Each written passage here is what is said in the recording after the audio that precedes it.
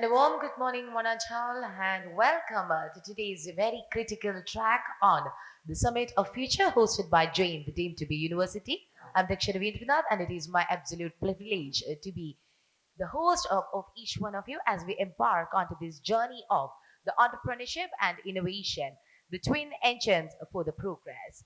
As one propels the ideas and the other propels it forwards. So today we will be exploring those bold ideas, those groundbreaking solutions, and the journey from the vision to the impact. And we would all admit it when we say that one idea could change the world, but only if it is given the right fuel to grow, the right funding to scale the business. And that is exactly what we are about to be exploring on our first panel discussion, the financing innovation and accessing capital for sustainable growth. And we have got a panel of expert speakers here with us. So let me go ahead and introduce each one of them to you. Starting with our wonderful moderator who has agreed to moderate this session for us. With us, we have Sri Bharathwaj Ranganathan, and he is an Honorable Senior Director at Capgemini and services as the APAC Head of Business Services Consulting. Mr. Bharadwaj has over 30 years of experience across finance and accounting, HR, supply chain, and technology. Since 2012, he has worked with prominent companies like Amazon, Genpact, and GE, serving clients such as GlaxoSmithKline, eBay, and Unilever. He mentors EdTech, FinTech, and AgriTech startups as NSRCEL IAM Bangalore. May I humbly request Mr. Bharadwaj Ranganathan to kindly join with us, please. Thank you so much. Let us join together in welcoming Sri Bharadwaj Ranganathan onto the stage. And now we have Srimati Abhishree Moore. Miss Abhishree Moore, a manager incubation, assistant professor of the Institute of Chemical Technology, is a seasoned professional with over 8 years of a diverse and robust experience that spans banking, academics, and startup incubation. Ms. Moore has expertise in handling various government schemes like EAM, MEITI, SISF, and DST NIDI. Her versatile background has significantly honored her networking, problem solving, and interpersonal skills, making her a valuable asset in the startup ecosystem. Please join with me as we welcome Ms. Abhishree Moore onto the stage. Thank you so much, ma'am. And now joining with us, we have Sri Vasanth Jeyapaul, the Chief Executive Officer of CAMSPay, a digital payments platform and a subsidiary of the Computer Age Management Services Limited. With extensive experience in the financial services and technology sectors, he plays a pivotal role in shaping CAMSPay's strategic direction and growth. Under his leadership, CAMSPay has emerged as a key player in India's fintech ecosystem, offering a range of digital payment services to enhance financial inclusion and convenience. With that, may we humbly request Sri Vasanth Jeyapaul to join with us on the dais, please.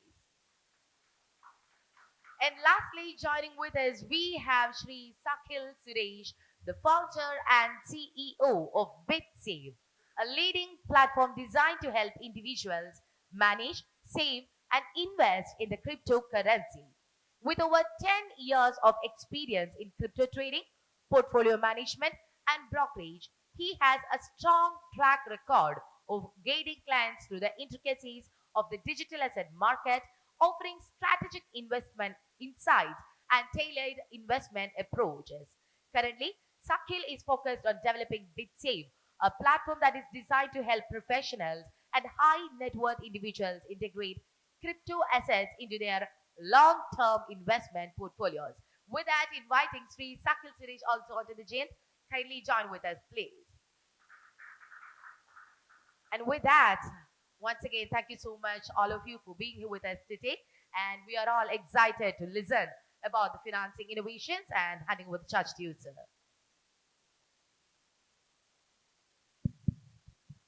Thank you so much for your kind introduction. Good morning, everyone. You guys didn't have breakfast? So, I think we have a great panel on setting up of how to finance innovation. I think considerably, if I were to take all the people, the hard work which they put, I think there is 100 years plus of experience on this stage. Because while all of us would have worked for 20 years, we would have done 20 plus years of overtime as well. Because when you want to realize your dreams, you don't sleep, right? So let me give you a small context before we go to our esteemed panel for their opinions on how to fund innovation in the current world. Is First of all, ideas remains. Everybody, India is a population and Indians are very intelligent. So we have a lot of ideas. There are immense amount of ideas which are there in the ecospace. Those ideas, very few of them actually get converted into innovation. And innovation is a very intense process. And once you are getting into that innovation, funding and keeping alive that innovation and bringing it to scale and to market is a very, very big task. Because this typically, how many of you are from Kerala? Super, right? So this is just like the jackfruit tree. Okay, from the seed to the germination to the time it grows a 45 kilo jackfruit on the tree, which is the biggest fruit which grows on a tree. That is the intense process which every startup goes through. Technically, there were like less than 500 startups 20 years ago. Today, we are grappling with 150,000 startups across the country. And there is an entire industry which is built around this to incubate these startups. There are 15 best incubators in India which I was looking at, and one of them is in Kerala. It is IIM Cochin. So there's a lot of opportunity here. And with that, I want to say, because all of you are college students, I would want to pass on the baton to Abhishree and ask her, how are educational institutions funding incubation, and how are they making it more meaningful for the young students with great ideas to enter into the ecosystem of startups? Hi, good morning, everyone. Um, so, talking about innovations happening in the academic institutions, I have worked with an industry backed incubator as well, and currently I'm handling an incubator which is backed by an academic institute. The kind of research and the kind of groundwork you see in the academic based incubator is something you don't get to see anywhere. Simple reason, because students coming from science background, from tech background, they are the ones who are working at the very grassroots level, right? And when you start a business from a very grassroots level, like from zero, there are higher chances of building that into a big successful business. Reason being, you're starting exactly from zero, you're starting from scratch, and you know what's happening where and how it has to go ahead, how to tackle the challenges and problems. So, in my opinion, all the incubation centers backed by academic institutes are the ones which are going to be, uh, which are the ones which are going to create more successful startups going forward. Taking examples of incubation centers of IITs and IIMs, right? There's a hyperloop which is being made by a startup which is backed by an IIM, IIT Madras Incubation Center. There's a hyperloop which is being made by a startup which is backed by an industry backed incubation center. Both of them are doing the same thing, making in hyperloop, right? And which is huge. Making in hyperloop is huge. But if I look at the progress made by the startup which is backed by IIT Madras Incubator is far better than the one backed by the incubator, right? Because that is where you have pool of expertise with you, where you have all the resources available for you. Apart from that, government is funding startups, academic backed startups, like anything. I mean, I don't remember if India has ever seen this kind of funding happening for startups ever, right? And they're building an entire ecosystem. As Barry said, we are building an ecosystem for innovations, and it is going to grow bigger and bigger. So talking about how we are selecting the startups in an academic based incubation center. Every incubation center do have their own sectors that they operate in. So considering these sectors, what are the 5 important key areas we look at? Technologically, how sound is your startup? Very important, right? Going forward, who is going to be a mentor? It is very important for every startup to have a mentor, right? Nobody can do make it by their own self. You need to have a mentor in that particular field. Third, you need to understand if your startup is scalable, right? We don't need to build a startup only for the sake of making a startup. We need to look at the scalability, right? Fourth is how profitable it is going to be. And fifth, more important thing, can you commercialize it at a level where you are solving a problem of the society, right? A startup which is created to solve a problem is always going to be a hit. So these are the 5 important things. If students, when you are starting your own startup, if these 5 things you keep into your mind and you make a startup from the point of view of solving a problem and taking it up to a level in your future, you will make it. Thank you so much, Abhishree. I would actually, you brought up a very important point of how educational institutions like IIMs and IITs are helping in incubation. I think Vasanth has a point of view because Vasanth has been closely involved with IIT Madras. So, Vasanth, I would want you to impress upon the audience as to what kind of innovations are getting incubated in these educational institutions and what consequences they have on our larger innovation as an ecosystem in India at this point of time. Because I met 3 people from yesterday, and 2 of them want to become entrepreneurs. Okay, so that's the thing which is catching on. I think the youth of India today is no longer saying that I'll go and find a government job, I want to work in an IT company, or I want to work for a multinational. They're very enthused towards starting and having their own business. So, how are the educational institutions helping, like IIT Madras? Your experience, please share your experience. Thank you. Good morning to all of you. Glad to be here and to have this conversation around how we can finance innovation. Talking about this future and what future can unfold for all of us always be a subject to me, and then I'm really glad to be sitting, amidst this audience here. I was for a minute thinking that Abhishree has taken away the thunder of what I wanted to talk about. We are very closely associated with IIT Madras. Like she rightly pointed out, IIT Madras has become a hotbed of enabling a lot of new technology, new innovation, and it's become a breeding station for all of this. I would argue that it's one of the most successful incubation place ever within the country. In some sense, it used to be Mumbai those days, but when it comes to innovation, technology especially, Chennai seems to be really happening very close to where we are, and it's all the South Indians can be very proud about. What you've done with IIT, incidentally, I want to make one more point before I talk about the project that we're doing with IIT Madras. This innovation and funding of innovation is not just a problem that startups alone face, right? You can imagine very well established corporate firms, all of them have different business objectives and motives and goals. Essentially, if you go to a board and ask for a sanction for capital to be invested in a new innovative project, the same problem inventor or a startup entrepreneur will face, those questions are very relevant, and it's as challenging, as daunting as it can be, even for people who are established businesses, run established like myself and the colleagues in the room.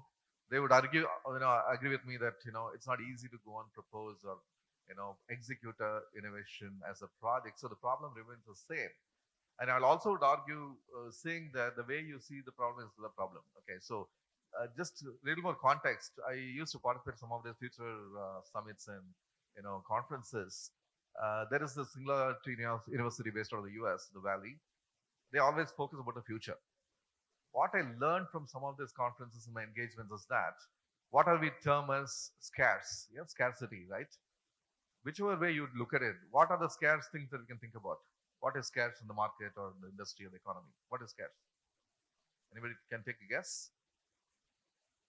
Audience is a very nice audience we have here. Is oil a scarcity? Fuel, oil, energy, right? Whatever we think about all these are scarce resources, we look at the other way around. There's abundance of all this happening all at the same time. So I would encourage and I'll also look, request you to look into the fact that there's enough opportunity available to do innovation. So innovation is not just for startups. I want to say innovation is going to be the key for any economic growth, right? So with that context, I want to talk a little bit about the project that we've done with IIT Madras. We started this 3 years ago, little over 2.5 years ago. The finance minister came and inaugurated this. One of the reasons we chose IIT is also the fact that that's, again, like you mentioned, it's a breeding place for all those new ways of doing things. Again, don't make the mistake of thinking that innovation means that we are going to bring all new solution, all new technology, all even looking at changing the way things work. That's also an innovation. Okay, for example, in the financial services industry that I'm a part of, we have this problem of processing transactions. India as a country, we have this 1.4 billion population. The challenges that we have is not the challenges the rest of the world need to deal with. So the innovation needs to happen locally, okay? Which means that the place we live, the place we generate revenue, the place we do commerce, the place we create livelihoods and so on, so on, is where I think the new ideas can come from. To that extent, I would like to believe that we made the right choice of going and setting up our incubation center. This is called SIFIL. Incidentally, this is done for fostering research, doing innovation, finding out alternative solutions for existing problems in the area of fintech. It can be anything.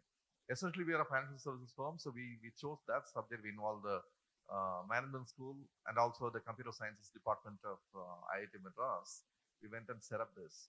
One way to look at this is also to say, if we were to fund this outside of, let's say, a CSR activity or activity which is there to for social needs and everything else, we would have thought multiple times over before even took the call of going investing in that ecosystem.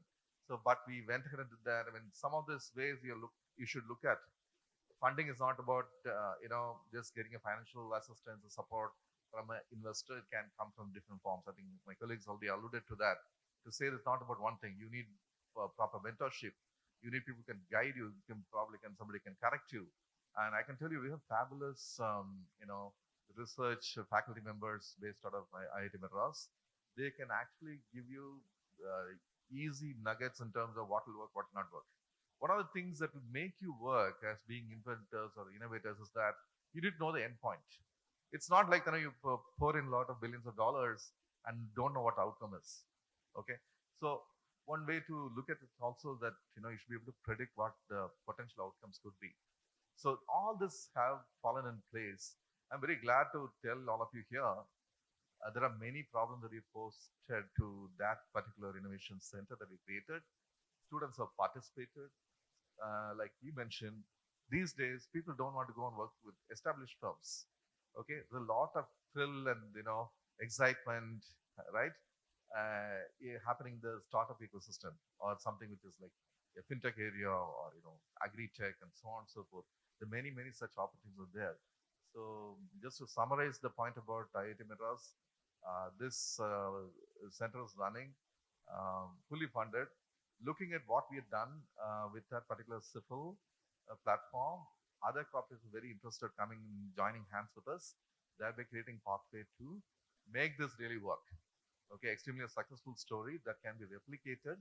And just to say the final point, we have solved for 2 or 3 major problems when it comes to transaction processing. Okay, if anybody is interested, keen to know about what we have done, I'll be available offline to talk about that.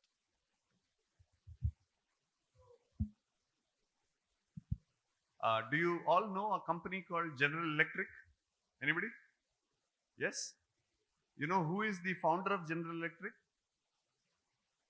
It's an inventor by name Thomas Alva Edison. I'm sure you've heard of Thomas Alva Edison. So without further ado, as they say, the dessert is for the last and the best is for the last. I'll go to the last panelist. Okay, Zakhil has been that person who has innovated and got a company out, right? So this is the true story. We are practitioners. We are in the outside. We are like the fringe of an ecosystem, if you may say. But Zakhil lives this life daily. So he is in the inpatient, he is in the outpatient, he is a nurse, he is the doctor, he is everything in his organization BitSave, which is digital asset management. his journey will be very, very unique to understand as to how they started with an idea, how they were pitching it to multiple people, got funding, and how they are scaling up of an organization. So, without further ado, Zakhil, take it over. You can tell your story. And you know what? And pardon me if I'm wrong, maybe he looks the youngest among us. So, he probably relates to more of you. So, over to you, Zakhil. Thanks, Barry, for that wonderful introduction. Yeah, and also thanks for having me. I live in Bangalore, but I'm originally from this town named Kodungalur, which is 30 kilometers from this place. So have this. I was doing CA after my schooling. I thought I'll skip college because I thought, like, let me directly go and be a CA and start making money. Right. And it was my second year of articleship that I started reading about Bitcoin and got fascinated by how the technology is. So this was way back 2014. Spent few years understanding it, investing in it, and in 2017 I had to make this choice of whether to write my CA finals or like do something full time in crypto. I just felt it was a gut feeling that I thought from a career alpha perspective, like because I had already spent three years understanding the space and I saw a potential. So I thought, let me leave, not really leave, like keep CA aside. In case this doesn't work out, I can always come back and finish my course. So I took that bet. I started as a broker. I was helping people buy and sell crypto in India back then. Later, I worked with an exchange, which was one of the largest crypto exchanges in India back then. But then, as for any new innovations, the challenges from the regulator. So in 2018, RBI came into the picture and said, like banks can no longer support crypto companies. So we were cut off from the banking channels in this country. So obviously we had to shut down the business. But the good thing was we fought a case in Supreme Court. And in 2020, the Supreme Court said the RBI circular is actually unconstitutional. And that led to the industry coming back in India. So exchange we had already shut down, but I was spending most of the time during COVID trading the markets. So you might have seen the 3 words CMT. CMT is basically chartered market technician, which is just like a CFA level thing, but very specific to trading. So if any of you are interested in trading, this is a course that you should definitely look into. So around 2021, we realized that there's a problem that's happening in the crypto ecosystem. That is, there are way too many crypto tokens launched every day. So if you go to a platform, you see like 100, 200 tokens, and as a new investor, you're not able to figure out what these tokens are. And there's no enough legit information that helps you invest into these things.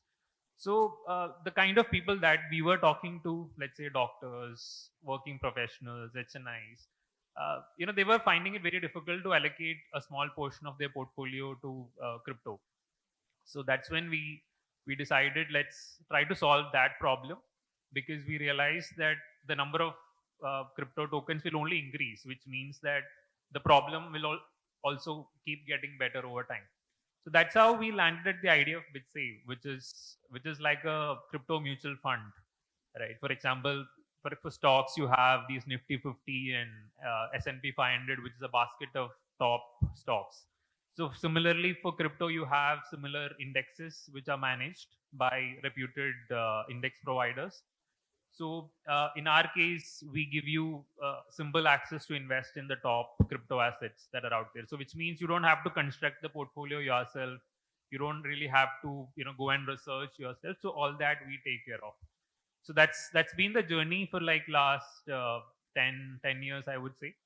Very specific to funding. When we started, like we have 4 founders, and all of us are first time founders. And it took us a while to understand, how these dynamics work.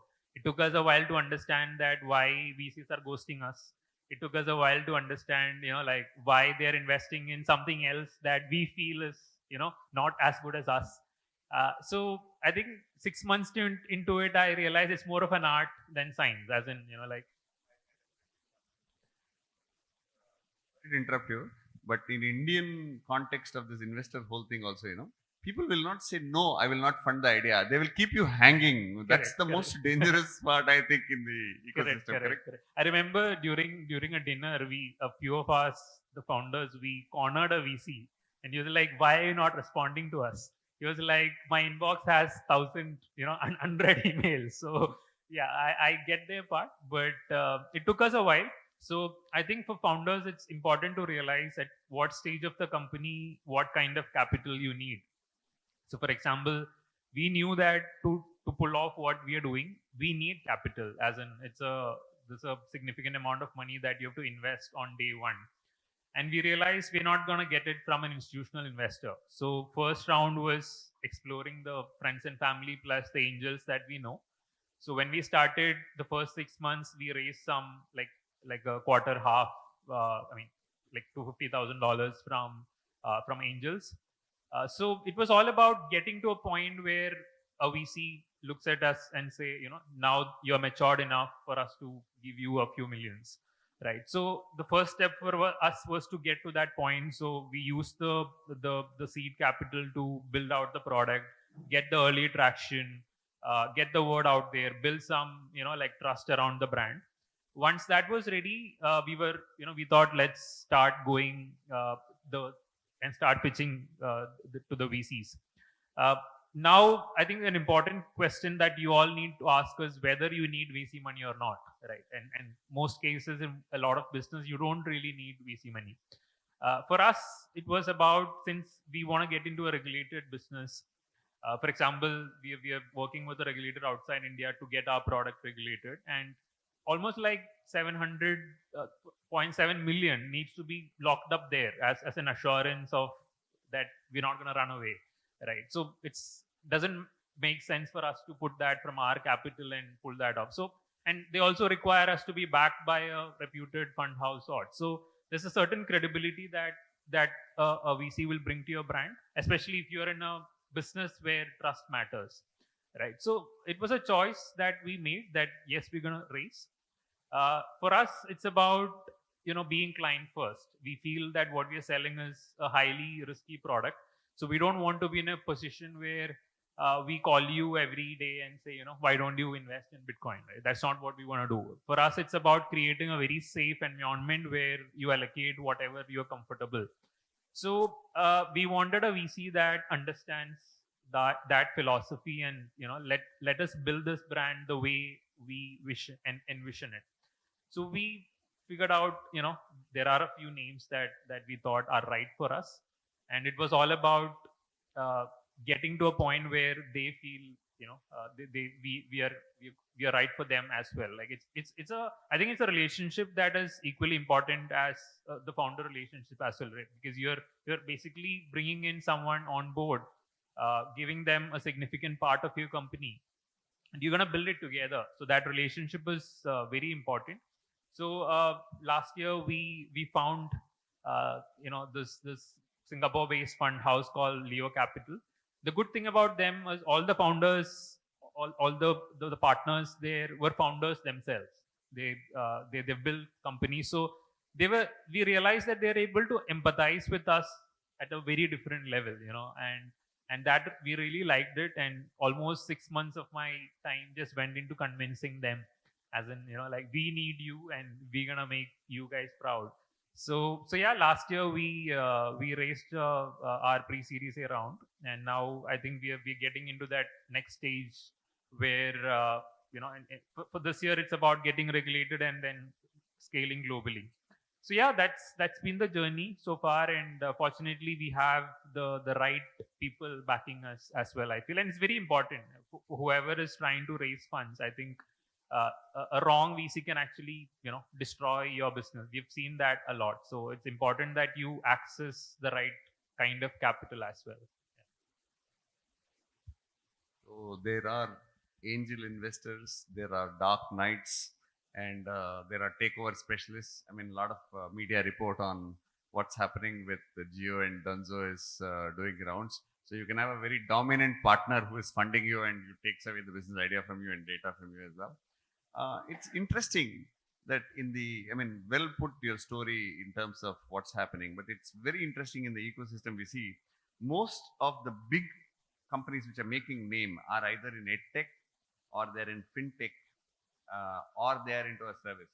So whom do you hear about? You hear about Byju's, you hear about Flipkart, you hear about Swiggy, Zomato, you hear about Cred, you hear about PaisaPay or such applications.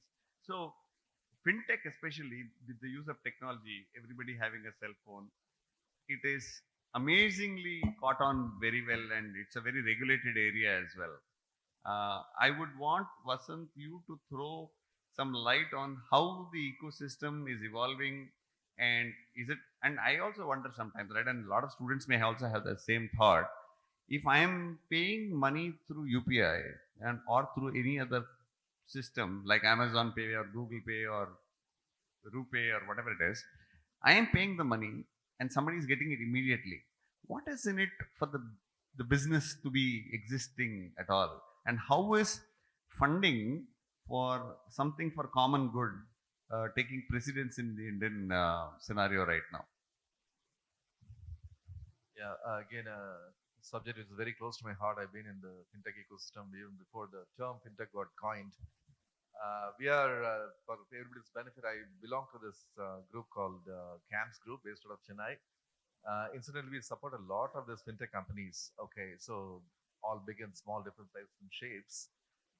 Interesting point that you raised about what is really happening, what is really the mode, is that even this morning when we met, sharing some notes, we were talking about everybody thinks that it's a very, quote unquote, sexy kind of a thing. No, I want to do something very innovative. What does it mean? I will become an Amazon, I'll become Flipkart, another example, and so on and so forth. Actually, people get carried away by the name and fame and everything else compared to what we really want to put out in the market. So now, I also mentioned in my earlier part of the conversation saying that it's very important for us to be part of, solving some problems. So solving for problem in India has to happen at scale. And interestingly, some of this innovative way of getting things done in this country has happened not by, big VC funding that and then all happen out of like garage kind of experience. People just go out and think about a great idea and say how we want to solve for all of this. I also agree with his point about, no, this is a very risky business to be in. And the other point that he mentioned about how is that a billion today, about 16 billion transactions are happening in this platform called UPI. Okay, no other part of the world. So we always tend to have this feeling that innovation is for somebody else. Okay, the Western world will innovate, we'll just follow through. That's not the case. We have solved for this problem, which also means or tells you we have it in us to innovate, right? That is a very clear point I want to underscore. Two is all of this, if I talk about Aadhaar, UPI, all of the public good, and it's not a commercial exercise that has happened in this market. All started as an idea. People got together. Nobody worried about what funding will come and who will support. Will the government back me up? It's a matter which relates to payments. So is RBI going to be happy, not happy? Nobody thought about all of that.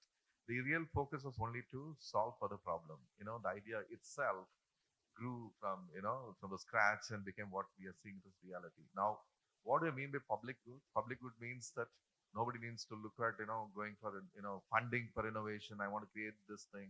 There is no online fund transfer mechanism out in the world. Okay, within sub-second, we transfer funds from point to person A to person B. I want to create that. And so this could have been a great story otherwise. Even today, trust me, even go to the United States, you don't see this, what they call faster payments, like equivalent of UPI. Okay, it doesn't happen the same day. Or that doesn't happen in a few seconds. Okay, it's all, everything's a batch processing and things like that. So this is all about thinking, creating that ecosystem, and then getting the right resources in. So there is this organization by name iSpirit based out of Bangalore. People from Bangalore may be familiar. They all got together, all experts from different industry cohorts. They all got together and started solving for this. Now this question of who will fund this, who's going to put the dollar, all those questions vaporized over time by looking at what outcomes we are going to be able to think about. Then they roped in the industry titans and all of them. They put them as brand ambassadors for all of this.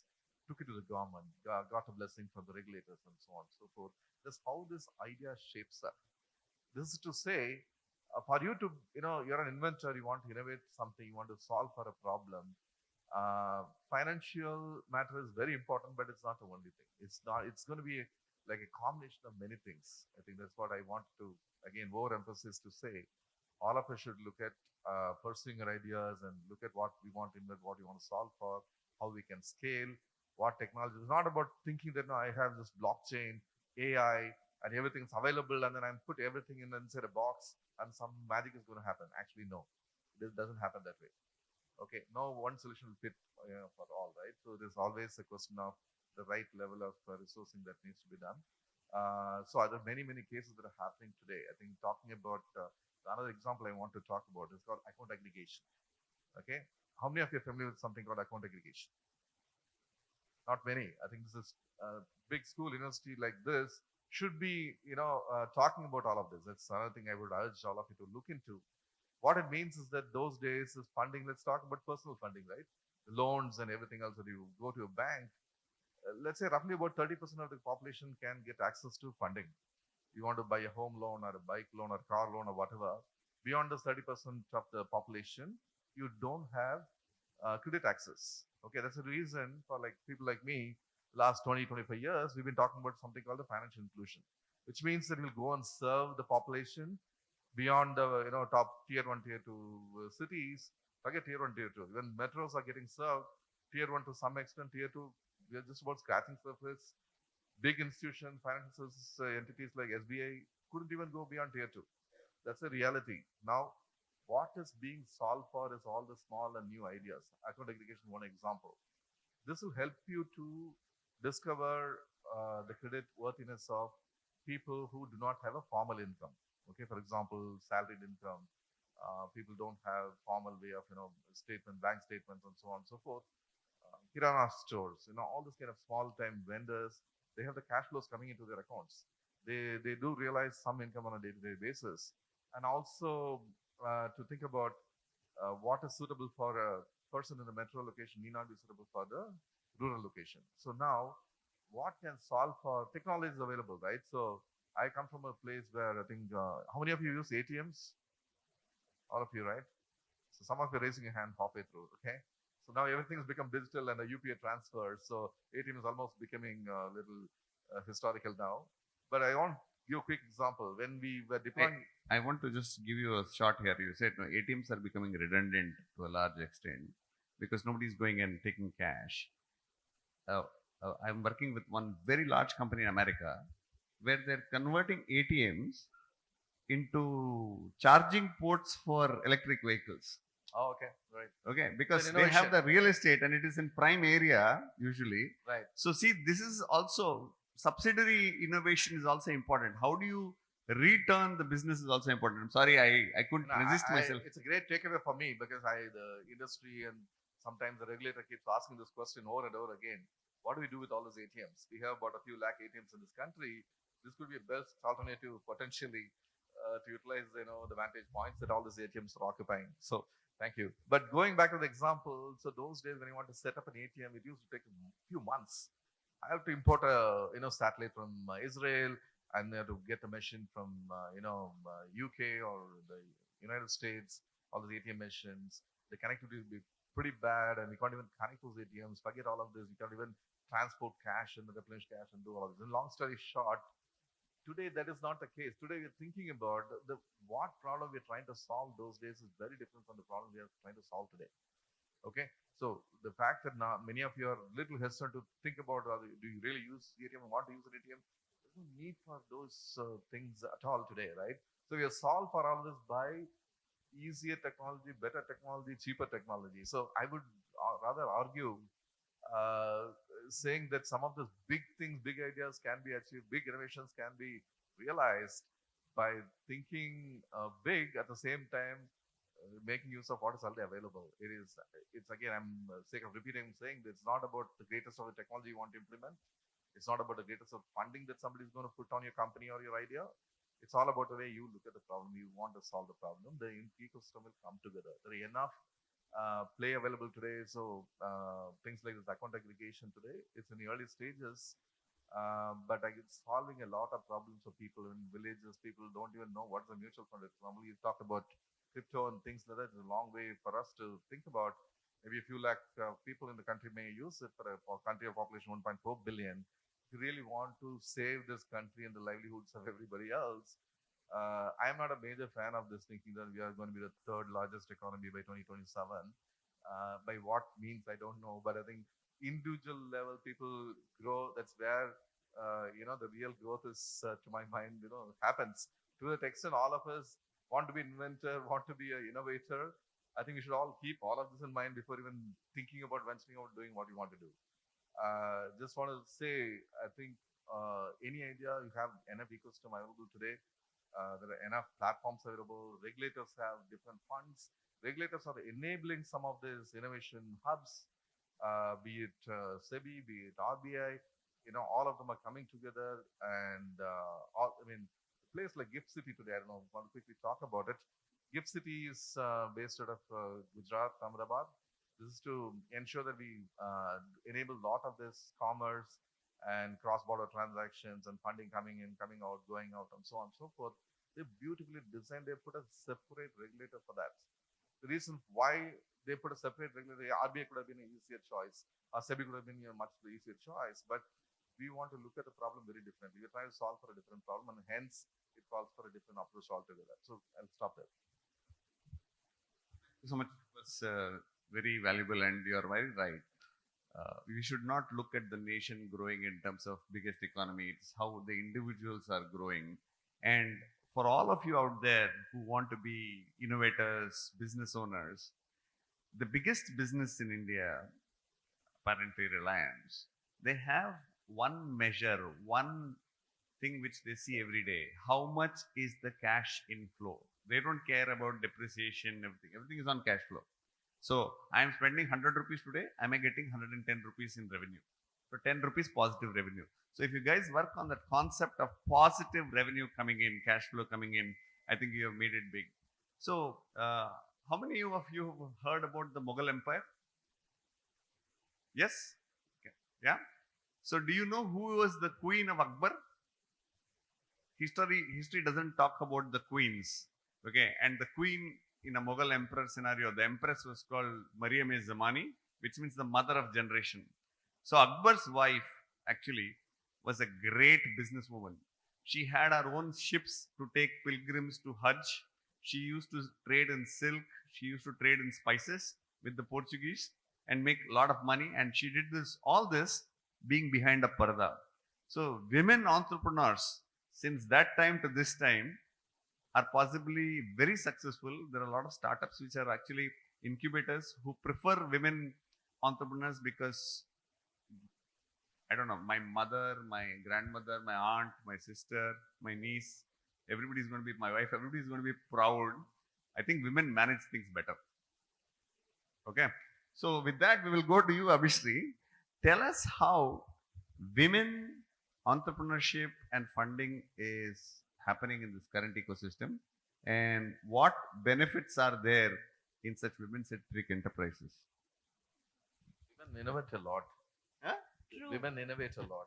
Yes. Definitely. Because, see, one thing is that, women's innovation is why you have different kinds of tiffins also, because they're using small ingredients and making a better meal.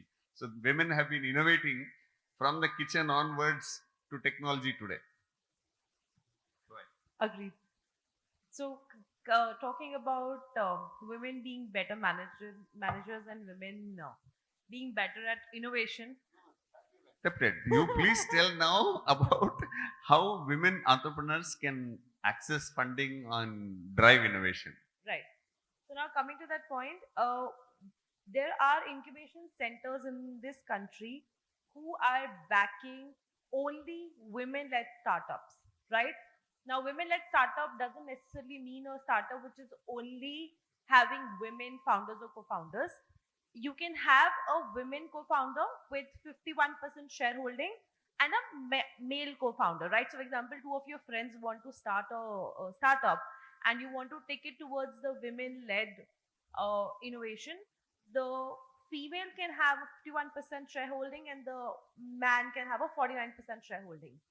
Now, talking about incubation centers, like there is a university by the name of SNDT in Mumbai, right?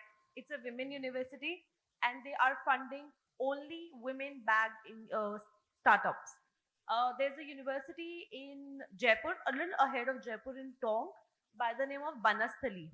They're also incubating women-led startups. So every state these days are coming up with such incubators who are focusing on women-led startups, right? There are a lot of schemes by the government which are focused towards women. Some Pradhan Mantri Yojanas are there. There are private institutions as well who are funding women-led startup. Like if you would know about SIDBI, right? SIDBI has a fund which is specifically for funding innovations led by women. So our country is going heavily onto supporting women-led startups. Another reason is because we've heard a lot about women not being given equal opportunity and XYZ, so many things, uplifting the women, women empowerment, which has sometimes been taken in the wrong direction as well. But if you take it in the right direction, there's a lot that's happening for women. So I would really urge all the girls out there, start thinking of starting of something of your own, right? It will help you a great deal. Second reason, on personal grounds, I ask women to do it is because when you start something of your own, we women, no matter what we do, whether we are IS officers, whether we are MDs of some company or whatever we are, eventually we have to manage our house, right? We can't leave it on to men. Sorry, right? That's true, right? Right? No, we are telling boys nowadays, masterclass for boys is that, learn cooking to get better girlfriends. Okay. So, no, we are also evolving. But not that fast, but it's But happening. women are any day better. Okay. So when you have to manage your house and you want to manage your work, it becomes very difficult for women. If you have a startup of your own, initial 5-10 years are going to be very difficult. No doubts about it. But later on, you have an easy, manageable life where you have your own freedom to operate, right? You're not dependent on anybody. You're running your own business. You can manage things the way you want. And most importantly, government is supporting. A lot of private agencies, universities are supporting this cause right now. So for me, if I would say, girls should start focusing on starting something of their own, right? Do a research, find out which incubation center will help you the most, find out which are the schemes available for you, and you girls can be in a very good pedestal. So, it's a very interesting take, and actually, what she says is true. I know a friend of mine who took her grandmother's recipe of making pickles, and she did this pickling business for 5 years. She scaled it to a certain level. She sold the recipe, she sold the secret, and she moved on to become a serial entrepreneur. I think there is no one way to succeed. You can do multiple innovations within something as well. And lack of planning in India is very obvious with so much money being spent on Swiggy and Zomato. People are now making sambar and then ordering for curry leaves on Zepto and Swiggy. So we are meandering in that world at this point of time. But coming back to where funding is, in the 11 sources of funding, and I want to say even the best of the capital intensive industries, and we will go back about 20 years or so, 4 airlines came into existence. One was Air Deccan, which was started by Captain Gopinath. One was Kingfisher Airways, led by Mr. Vijay Mallya. The third was Indigo. People didn't even know who the founders were. The fourth one is Go Air, which was done by the Nusli Wadia Bombay Dyeing Group. If you take the innovation was to provide air service. It's nothing new. But how they did it? Air Deccan actually gave 1 rupee plane tickets. They said, we want to make airline travel accessible. And their logo was Simply Fly. So they were pushing for that. And they were bootstrapped. They did not have 50 aircraft. They had very basic aircrafts which were able to fly. Okay, they had literally no food service. Nothing was there on board. You couldn't buy, you couldn't eat anything. You would just go sit and come out. right? You would travel just for pure travel. Then there was Indigo, which put some elements of comfort like food and drinks, but still kept everything very tight. And then there was Go Air, which was between the Kingfisher's ultra luxury and things like that. And see what happened in last 20 years, because it's heavily capital intensive. Air Deccan, for the founders, it was profitable. They sold it off to Kingfisher and they exited. Kingfisher spent a lot of money on freebies and services which they thought were top of the class and Indian people will pay for it. Unfortunately, Indian people are very price sensitive. We will pay 200 rupees less, but go to airport at 3 o'clock in the morning to take the flight, right? So that's the Indian mentality as such. So Kingfisher did make it through. And Go Air, it was slightly profitable, but again, they were not able to take the COVID and they had a wrong choice of aircraft because it was the replacement of Boeing engines didn't come through, so they failed. So the only one who's surviving today and they're ordering more 1,000 aircrafts is Indigo. So this should be a lesson for you as a case study to see how can you constantly keep pushing for things in multiple areas when you look at it, and funding is always possible. If you have a good idea, if you have a good revenue generation in your idea, there will be people who will always be able to fund you. Because if you want to bet, you will never bet for the sake of losing. Everybody bets on a winner. So if you have a winner idea, the funding goes much more easily. But with that, I would like to come back to Zakhil and say, Zakhil, for these young people who want to be in innovation space and do their own business, what are the mistakes they should not make? From what in your experience you have learned is, oh my God, I wish I was 5 years younger and I didn't do it. So what do you think are a few mistakes they should not do as innovators? It's an interesting question. I keep saying, you can't copy success, but you can actually avoid mistakes, looking at other people have done and maybe, try to avoid it in your life. So I think personally, especially when you get an idea, right? I think we don't really look at the downside a lot. There's something that I always keep telling youngsters, that there's a chance that something may not work at some point. So have you factored into that, right? Because it's all comes down to decision making at the end of the day. So if you know what you're signing up for on day one, as in there's a chance of banking approvals taking longer, regulatory approvals taking longer, then it's easier in your head to plan accordingly. You can't just think that everything is just gonna work the same. It's like you're solving problem for your clients or users, but at the end of the day, there are a lot of problems to solve internally on a day-to-day basis. I felt that a lot of people, I think we were discussing this before the panel, the fact that we all see the fancy things that all the brands do, but there's a lot of effort that goes in day out, which the outside public don't see. For example, in India, we are supposed to get a registration. If you're operating in India, it's been 1.5 years, and we have done everything humanly possible from our side to get through the line, but because of no fault of ours, because of how slow the ecosystem or the system is, it's just pending, and there's no timeline because the law doesn't mandate them to do it within a particular timeline. So always try to, we all like dream big, and we all thinking where we want to be, but if you can also think what can potentially go wrong in your journey and maybe have some sort of a plan in place, that will help, because things do go wrong, right? That's very common.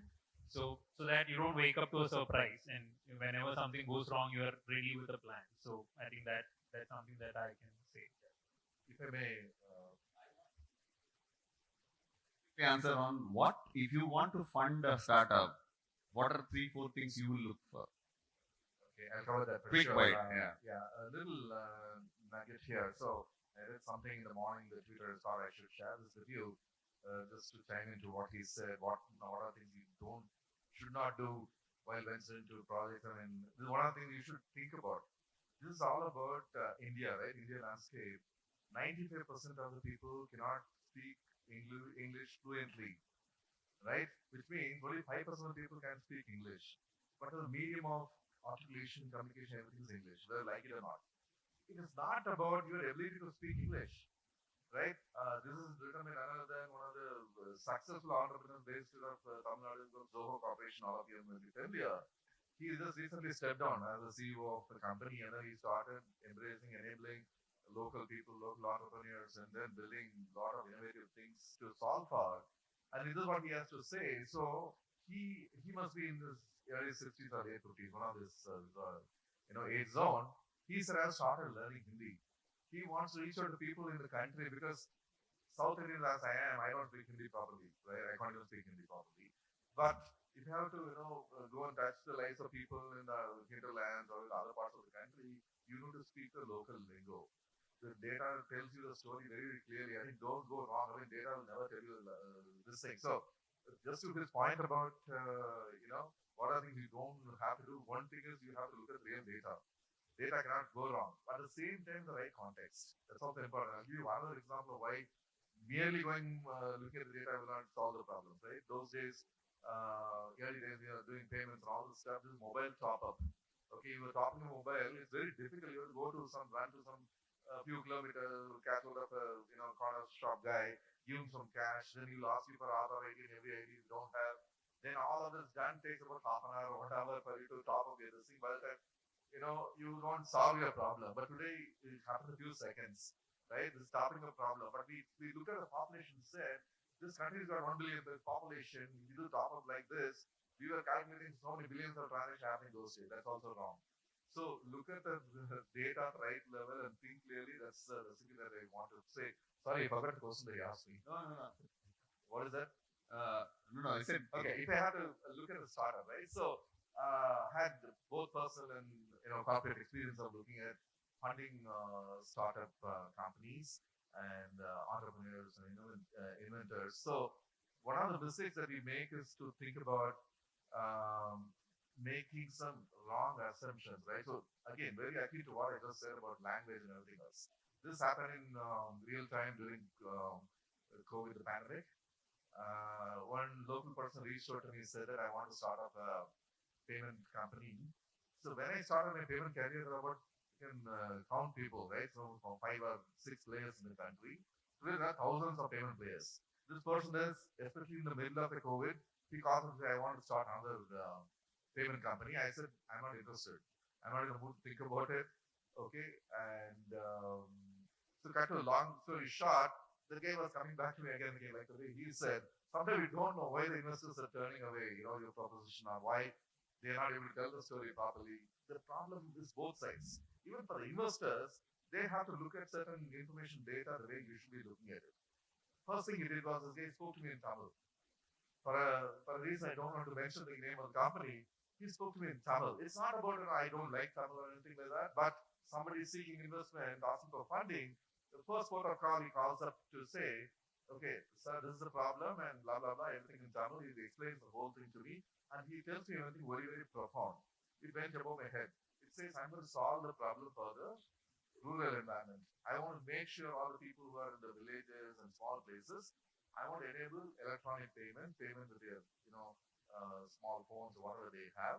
I really want to get there. So this is our stated, industry stated, manifesto and intent to say, I will go and do this financial. I will solve the world's problem very quickly. This is what I've been saying as a true person, I used to go and stand in front of the industry forum to say that we should go beyond this, top 30 cities and countries and so on and so forth. The mistake.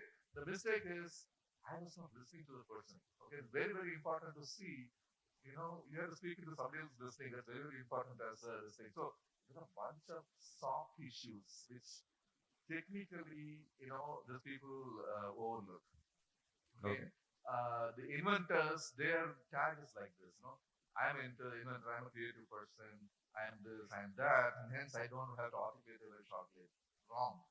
You need to perhaps catch it with other sales. So you may not be very, like I said, you don't have to be a fluent person, speaking English like the way British used to speak. That's not your language too. What is important is what you need to focus on. There are a lot of the softer skills I would think that both the investor, potential investor, and also the potential, company or firm seeking investment should take it up. One is the way you present yourself, right? So that is very, very important. It's all about articulation and presentation and being in the groove, so to speak. to me, I'll just sum up by saying there's no effective storytelling. That's a very important skill set. I'm sure all of you are part of a business school or a finance, environment, or entrepreneurial studies, whatever you're studying. Please, make sure you sharpen those softer skills and make sure you make the right pitches. That's what I mean. Thank you. And I think with that, we'll come to you very quickly, quick bite on how is AI helping in funding decisions right now? And then we will go back to audience for their questions very quickly. Okay. AI is going to streamline a lot of things. A lot of things which are haywire today. A lot of data which is not in place. AI is going to streamline everything. Few points I'll give you. It is going to, from the startup point of view, it is going to give you access to the right investor. Right? Today we don't know which investor is interested in investing in my kind of startup or in my sector. That will be streamlined. AI will give you access to better crowdfunding options. Very important. AI will help you understand, if you know how to read data, and if you know how to access AI, and if you know how to use it, it'll give you a clarity on if the venture capitalist or the angel investor or the investor is the right kind of investor or not. I know a lot of startup stories where investors have been there, VCs have been there, AIs have been there, they've invested, but eventually they were so control freak that they tried to control the startup. Right? Investors need to understand they can't control a startup, right? Only the startup founder, only the person who has found that technology, worked on it, knows how to take it ahead, right? They know this is my startup, that is how it has to go ahead. When a venture capitalist come into it, right, they try to control. That's where things go wrong. There are a lot of startup stories where businesses have gone haywire only because of investors being too pokey and being too involved in the management. Yeah, but more of that AI is going to bring due diligence. It's going to do checklists. It's going to. Yeah, from the investor's point of view, it is going to streamline your due diligence, right? So there are some startups who start this startup only for the sake of being in the limelight. Don't do that, right? You're digging your own grave. Going forward, AI is going to streamline all these things. Due diligence, which is very important. Any person who's going to invest their money in your business, they are going to do a thorough due diligence. And due diligence doesn't just mean your financial credibility. It is going to cover everything, right? They are going to have your entire kundali in their hand, right? Your legalities, if you have any wrong track records, finances, everything. So due diligence is going to be there. Apart from that, it will make easier for investors to understand which is the growing area, which is the growing sector. Should I invest in this startup? Apart from that, the XYZ might be a growing area, but this startup might not grow, right? Or this startup might not do well. Why? Because there's a problem of scalability. So, Practically not. So what's going to happen is that data is going to take precedence over whether I like this startup or not. It is not going to be instinctive. It's going to be data driven. So, but today, I think we have had a great discussion, and we want to give some time to the audience to ask some questions to us as well, very quickly. And you can ask questions in Malayalam, Tamil, Hindi, Kannada, Telugu, French, Spanish, and a little bit of Bengali. Okay, so and a little bit of Haryanvi. So this is today we are giving you this great opportunity. Among us, just like in an Indigo plane, they will tell you what languages you speak. We are saying these are the questions we can answer. However, you can, if you have any outstanding questions, you can catch us outside the room as well, and we will gladly take those questions. Thank you so much, sir. So, And any questions? What are the questions that you would love to pitch for the panelists? Please, can you please pass on the mic?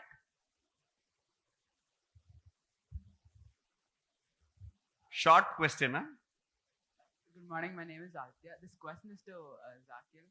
So how do you decide how much equity you need to give to the VC and how much funding you need? Excellent question. Yeah. So I think how much funding is, I think it's more of a backworking that you can sit. So first, look at what you're trying to achieve with that funding, right? For example, when you raise, you need to set a goal. Like, for example, if you're raising, or let's say when you're raising, you know, right, where will the business be with the money that I'm raising? So you can back work. So for example, for us today, we currently manage like 6 crores of investor funds.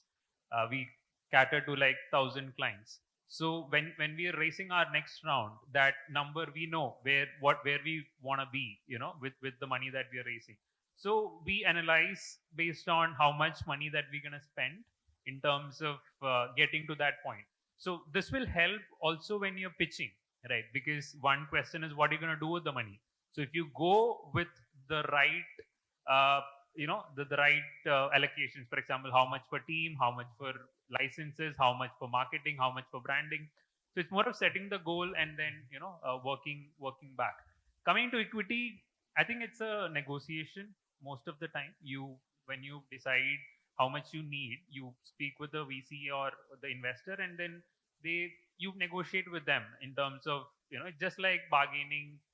It's like you're giving out something, right? So you have to set a worth. For example, you're like, in this round, I'm not going to give away more than 10% or more than 20%, right? So it's like getting in terms of, having that conversation with them and reaching something that you are okay with. For example, if you have set a bar saying, I'm not going to give away more than 10%, but the VC is like, I'm going to give you money, but I need 20%. Then it's for you to decide, right, whether to go with them or back off and try for someone else. What Zakhil is saying is how desperate you are at some point of time. Correct, exactly, Because, exactly. It's a desperation because Totally. if you want to make the business go an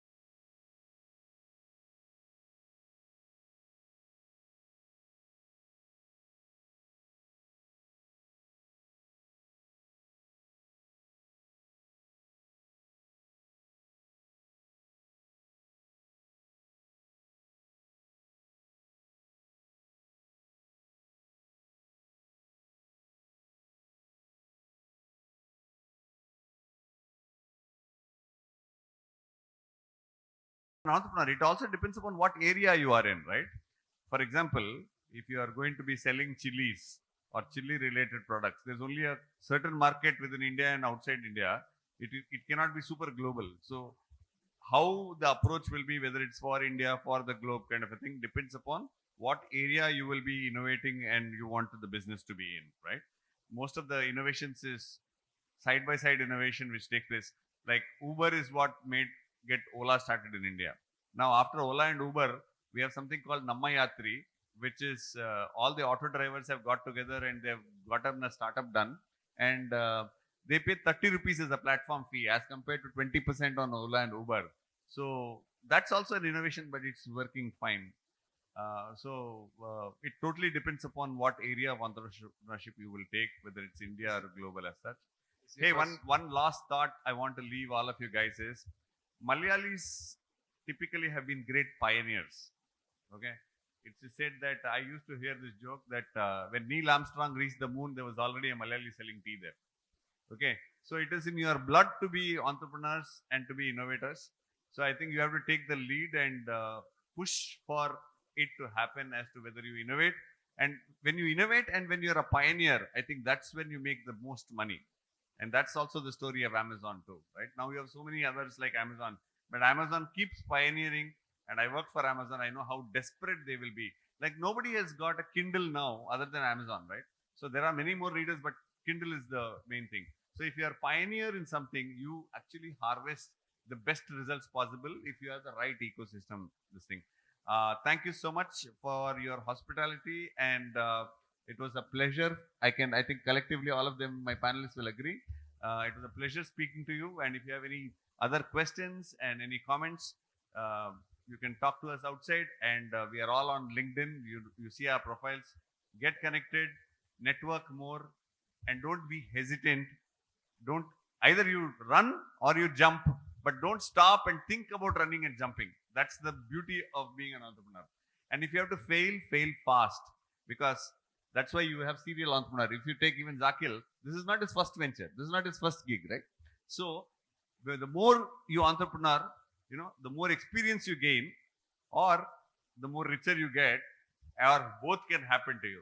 So that's a win-win situation. But one win is also enough. Sometimes learning is a key experience. Then the L drops off, then it becomes earning experience. Okay. Thank you, ladies and gentlemen. It was wonderful to be here. Thank you so much, sir. And what a great message to be ending the session with. And now may I humbly request Ms. Anu Ravindran, the Honorable Deputy Director of the CS and IT Department of the Jain Team to be University, to kindly join with us and express our love and appreciation for such a wonderful panel discussion. And may I now humbly request our moderator, Shri Bharathwaj Ranganathan, to kindly join with us and accept a token of appreciation from our end, please. So can we please step on to outside if it's okay?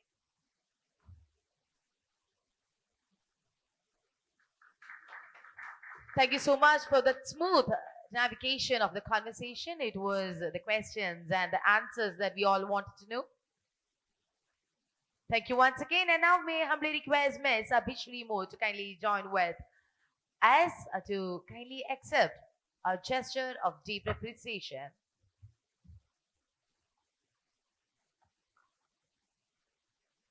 Thank you so much, Abhishree, for your participation as well as for encouraging the entire young women to start up something on their own and to do a great business, because that is one smooth way to manage your time as well. Thank you once again. And now may I humbly request Mr.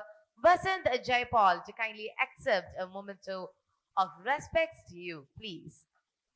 And thank you so much for highlighting how we could enhance the credit worthiness of those who doesn't have a formal income source.